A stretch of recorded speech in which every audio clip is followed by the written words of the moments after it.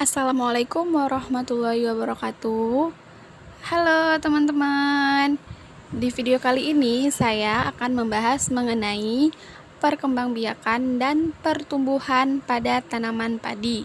Sebelum melanjutkan membahas mengenai perkembangbiakan dan tumbuhan tanaman padi, izinkan saya memperkenalkan diri. Nama saya Biastiwi Harahap, NPM 2011114009, Prodi Pendidikan Matematika, dan teman saya bernama Putri Faiza Daulay dengan NPM 2011114009, Prodi Pendidikan Matematika, dan Arif Azhari dengan NPM 2011114013, Fakultas Keguruan dan Ilmu Pengetahuan, Universitas Muslim Nusantara Al-Wasliyah Medan, dengan mata kuliah Biologi Umum dengan Ibu dosen Asnarni Lubis SPD MPD. Baiklah, kita membahas tentang padi. Tanaman padi dengan nama latin Oryza sativa merupakan tanaman pangan berupa rumput berumpun. Tanaman pertanian kuno ini berasal dari dua benua, yaitu Asia dan Afrika Barat, dengan tropis dan subtropis. Bukti sejarah memperlihatkan bahwa penanaman padi di Zhejiang, Cina sudah dimulai pada 3000 tahun sebelum Masehi. Fosil butir padi dan gabah ditemukan di Hastinapur, Uttar Pradesh, India sekitar 100 sampai dengan 800 sebelum Masehi.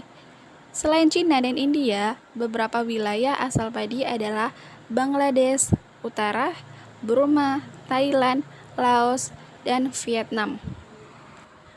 Padi merupakan salah satu tanaman budidaya terpenting dalam peradaban manusia.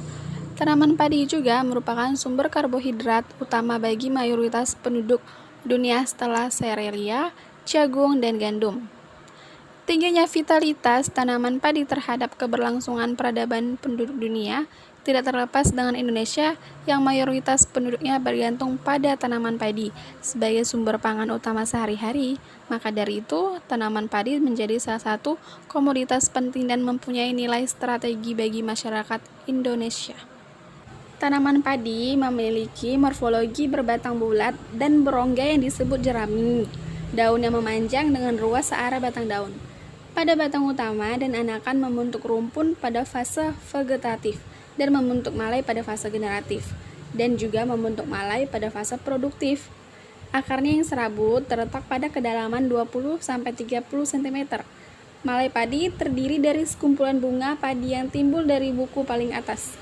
Bunga padi terdiri dari tangkai bunga, kelompok bunga lemah atau gabah padi yang besar, palai atau gabah padi yang kecil, putik, kepala putik, tangkai sari, kepala sari, dan bulu atau au pada ujung lemah.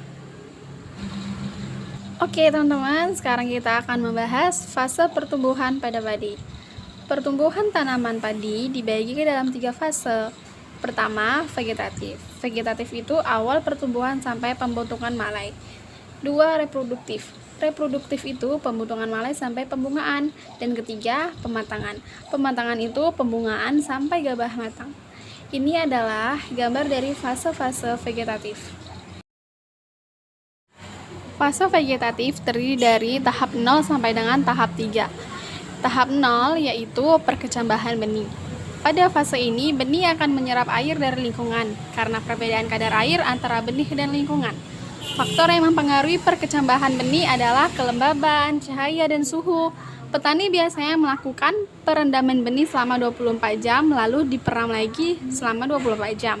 Tahan perkecambahan benih berakhir sampai 3 sampai dengan 5 hari. Pada hari kedua atau ketiga, setelah benih disebar di persemaian, daun pertama menembus keluar melalui koleoptiol. Akhir tahap 0 memperlihatkan daun pertama muncul masih melengkung. Seperti ini gambarnya. Lalu tahap 1, pertunasan.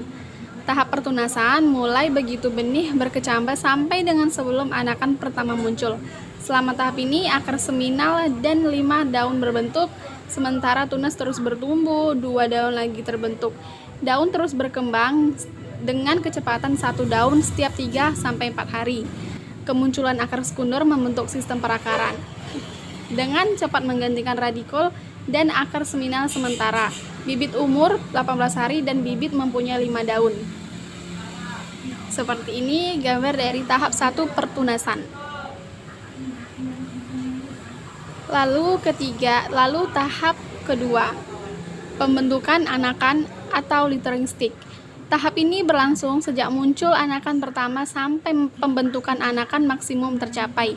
Anakan muncul dari tunas aksial pada buku batang dan menggantikan tempat daun serta tumbuh dan berkembang. Bibit menunjukkan posisi dari dua anakan. Pertama yang menggambit batang utama dan daunnya. Setelah tumbuh, anakan pertama memunculkan anakan sekunder. Ini terjadi pada 30 hari setelah tanam pindah.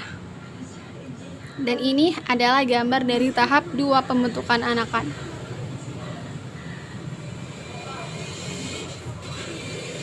Kita lanjut untuk membahas tahap 3 dari fase vegetatif, yaitu pemanjangan batang.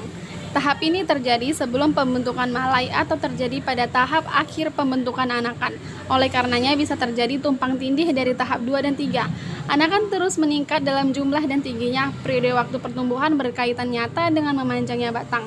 Pertumbuhannya lebih panjang. Dalam hal ini, varietas pada dapat dikategorikan pada dua grup varietas.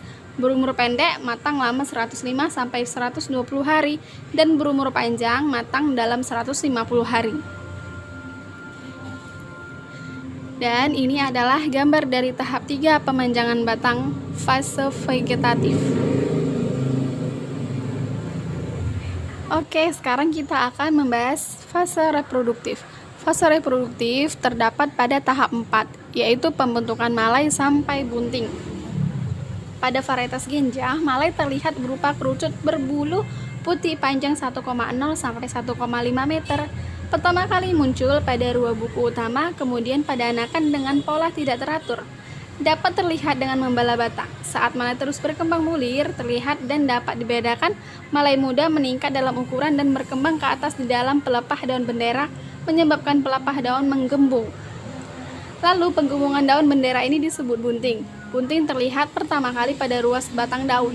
Pada tahap bunting, ujung daun layu dan anakan non-produktif terlihat pada bagian dasar tanaman. Ini adalah gambar dari pembentukan malai sampai bunting. Kemudian, tahap 5 yaitu keluarnya malai. Tahap selanjutnya dari fase ini adalah tahap keluar malai.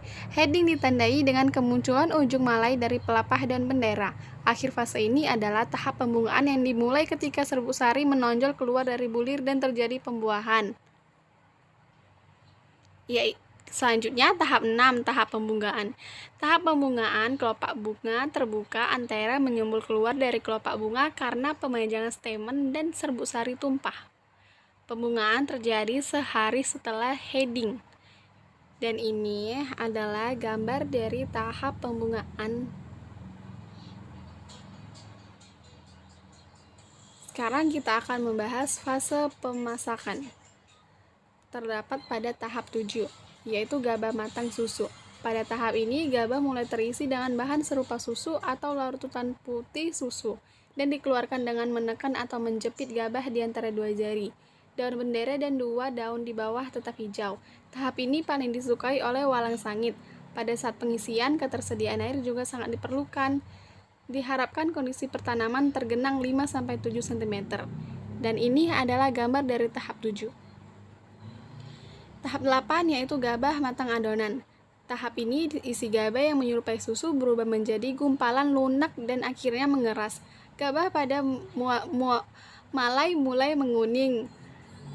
Pertanaman terjadi menguning, seiring menguningnya malai, ujung dua daun terakhir pada setiap anak. Dan ini adalah gambar dari tahap gabah matang adonan.